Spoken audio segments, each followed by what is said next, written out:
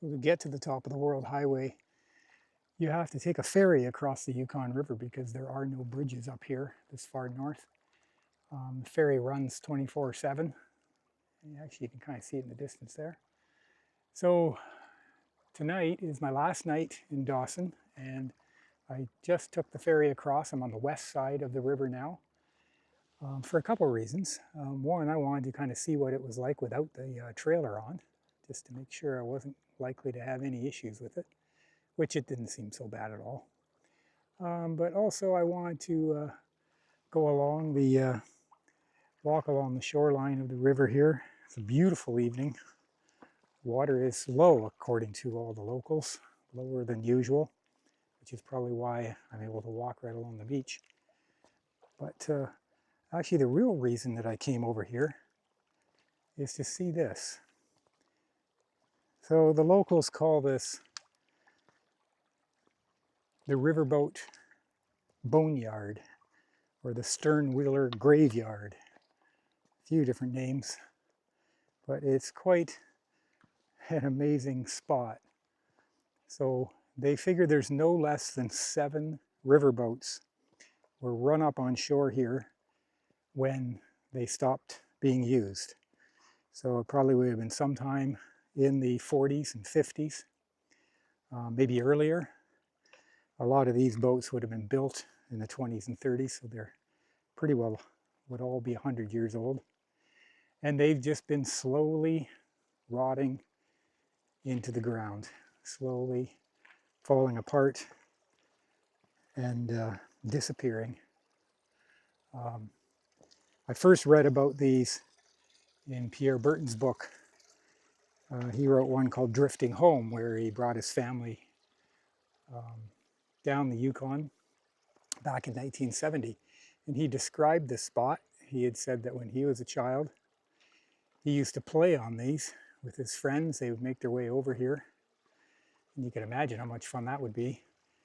But at that time, even in 1970, the way he described them, they were still pretty well intact enough that you could actually climb aboard and clearly see the layout of the boats. Back when he was a kid, which would have been in the 1930s, he said they were completely intact. It was right after a lot of them had been left here. And he said they could go up into the wheelhouse, and he said it was excellent. Now, see the sun shining right in the camera there. Take a walk around. The ones we can see, a lot of them have sunk down into the mud, a lot of the parts of it. But of course the superstructures have pretty well all collapsed in on themselves. But you can still make out quite a few pieces, and you can kind of see the shape of the hull back there. You know, these riverboats were amazing. Of course, Americans built riverboats way before they were used up here. Because of their shallow draft. You know, that riverboat, the Kino that I did the tour on, it's sitting on the shoreline at Dawson, had a draft of only 21 inches. So it only required 21 inches depth of water to be able to operate in, which is amazing.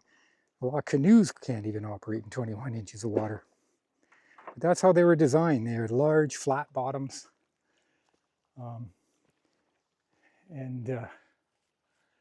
They were all ran on steam, of course, steam engines. This one probably had 2 500 horsepower steam engines. You can see the boiler there, we just walked by. And they burned wood, and they burned an incredible amount of wood.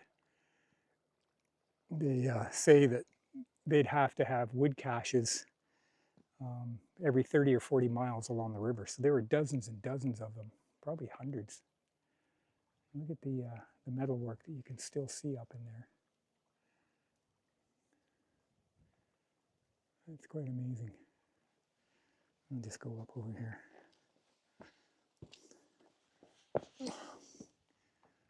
Well, that would have been the deck.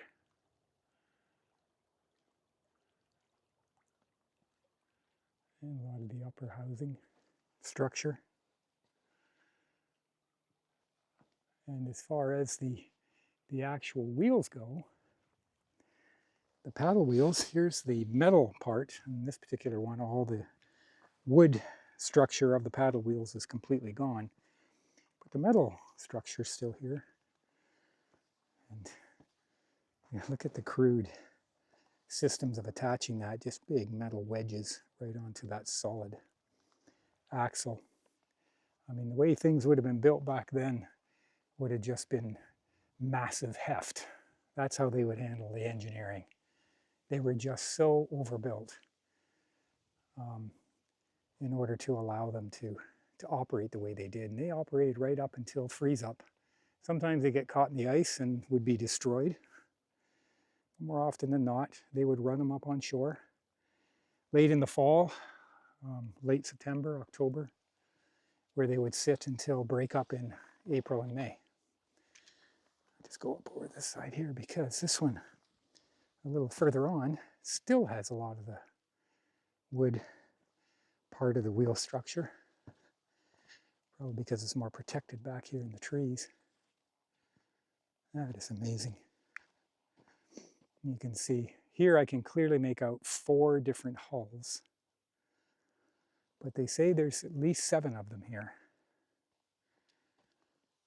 And of course, you know, the historians, they've got the names of them, they know the dates and all that sort of stuff. I won't bore you with that.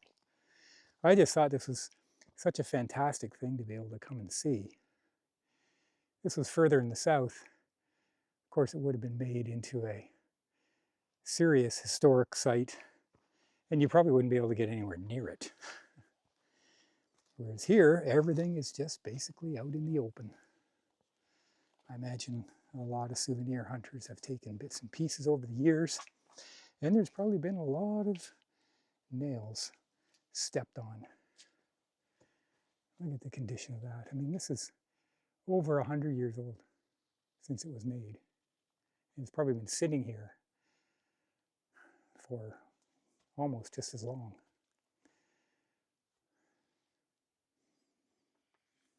Amazing. The Dawson City Boneyard. It was worth the trip in itself.